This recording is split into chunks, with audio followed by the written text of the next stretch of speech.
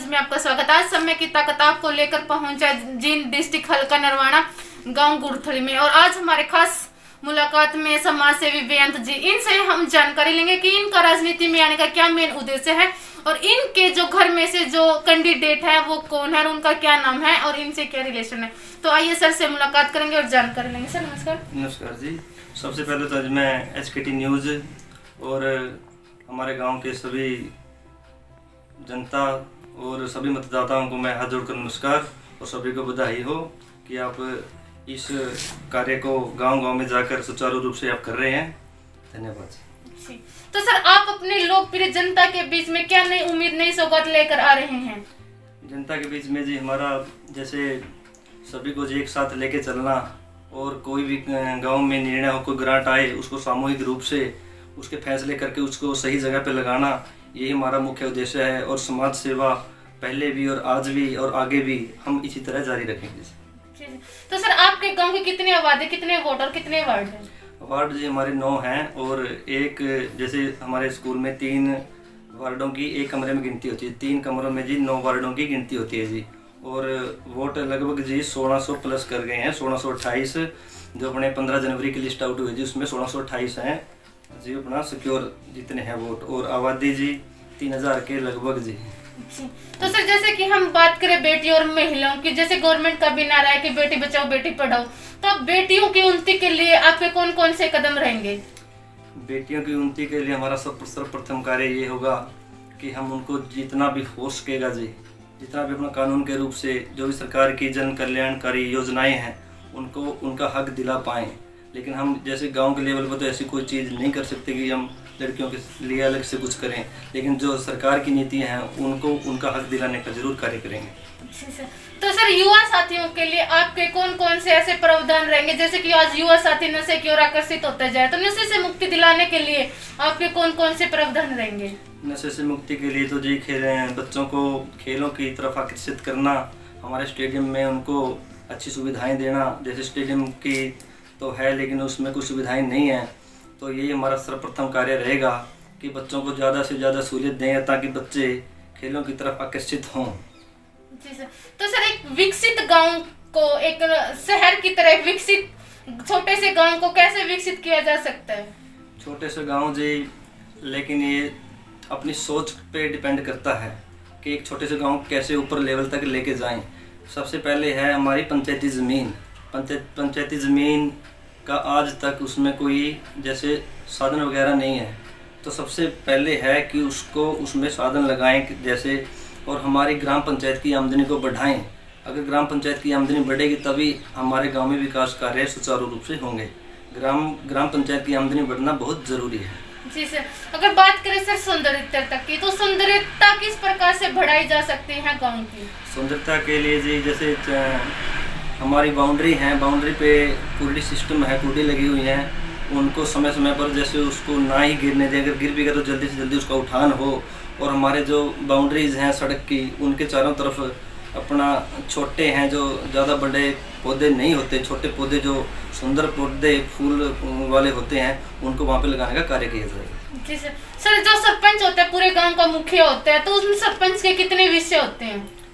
विषय होते हैं जी जो सरपंच को अपने सुचारू रूप से और अपने लगन के साथ करने होते हैं जी, और गांव के विकास में अपना योगदान देना होता है जी। तो सर राइट टू रिकॉल क्या होता है और क्या मीनिंग होता है? राइट टू रिकॉल अभी हाल ही में सरकार द्वारा लाया गया एक बिल है जिसमें अगर हमारे गांव का मुखिया हमारी पसंद के बाहर है, हमारे लिए अच्छे विकास कार्य नहीं कर रहा है और उसके लिए 30-35% लोग उसके लिए वो प्रस्ताव ला सकते हैं, और जब वोटिंग होगी अगर उस सरपंच के खिलाफ 67% लोग वोटिंग करते हैं तो उसको अपने पद पर रहने का अधिकार नहीं है। मैं इस फैसले का बहुत स्वागत करता हूं। इससे गांव के लिए पारदर्शिता बढ़ेगी और वो सरपंच जो मुखिया बनेगा, जो भी बने, वो गांव के विकास के लिए तत्पर उत्तरदायी होगा। जी सर। तो सर आपके गांव में कितने BPL परिवार हैं और जो मनरेगा है उनकी स्कीम के कार्य कौन कौन से रहेंगे? BPL परिवारों की बात करें तो 2011 की जनगणना के अनुसार 142 परिवार हैं, जिनमें वो कुछ परिवारों के तो PAY के तहत कॉलोनी आ चुकी हैं और बहुत से हैं जिनके अभी तक नहीं आए हैं। अभी भी हाल ही में 14 मकानों के सर्वे हो चुके हैं, उनके PAY के तहत मकान बनने हैं। और जहाँ तक सवाल है मेरे मनरेगा के मजदूरों का, उनके लिए मैं अपने अगर पूरा गाँव एक मत होकर इस पद के लिए मुझे चुनता है तो उनके लिए कसी तासड़ा दंती वगैरह की व्यवस्था हम पंचायत फंड से देने का कार्य करेंगे। सर जैसे कि चुनावी यात्रा होती है तो बड़े बड़े नेता आकर जो आम जनता में बीच में आते हैं और बड़े बड़े वायदे करते हैं, जैसे वो सत्ता में आ जाते तो क्यों नहीं उनकी समस्या सुनते और ऐसा क्यों है? आपकी क्या राय है? राय ये है जी, जैसे नेता हैं वो अपनी लिमिट से बाहर होके वादे कर देते हैं लेकिन उनको इतना निभा नहीं पाते हैं, इसीलिए उनको ये इन कार्यों का सामना करना पड़ता है। वादे वो करो जो अपनी लिमिट में हो और उनको पूरा किया जा सके, ऐसे वादे इंसान को करने चाहिए। जी सर। तो सर आपके गांव की सबसे बड़ी समस्या कौन सी है? उस समस्या का निवारण आप किस प्रकार कर सकते हैं? सबसे बड़ी समस्या है जी, हमारे इस टाइम में मौजूदा जो सरपंच है वो छोड़ के गया है जी, विरासत में है और विरासत में उनको मिली है। वो समस्या है जी गंदे पानी की निकासी की। जो गाँव का गंदा पानी है वो पशुओं के पीने के पानी जो जोड़ है उसमें जाके मिल जाता है और उसके लिए पाइपलाइन का प्रबंध किया जाएगा और ये तो लिखित में है। सबसे पहला कार्य यही होगा। और पाइपलाइन के अलावा उसको पाइपलाइन में साफ पानी डालें, उसके लिए 2 पॉन्ड सिस्टम बनाए जाएंगे कि पानी पहले पॉन्ड में जाए, उसकी जो मिट्टी है वहाँ पे रुक जाए, दूसरे पॉन्ड में पानी जाए, उसकी कुछ मिट्टी वहाँ पे रुक जाए, उसके बाद साफ पानी हमारे ड्रेन है सिरसा ब्रांच के साथ लगती उस ड्रेन में उस पानी की निकासी की जाए।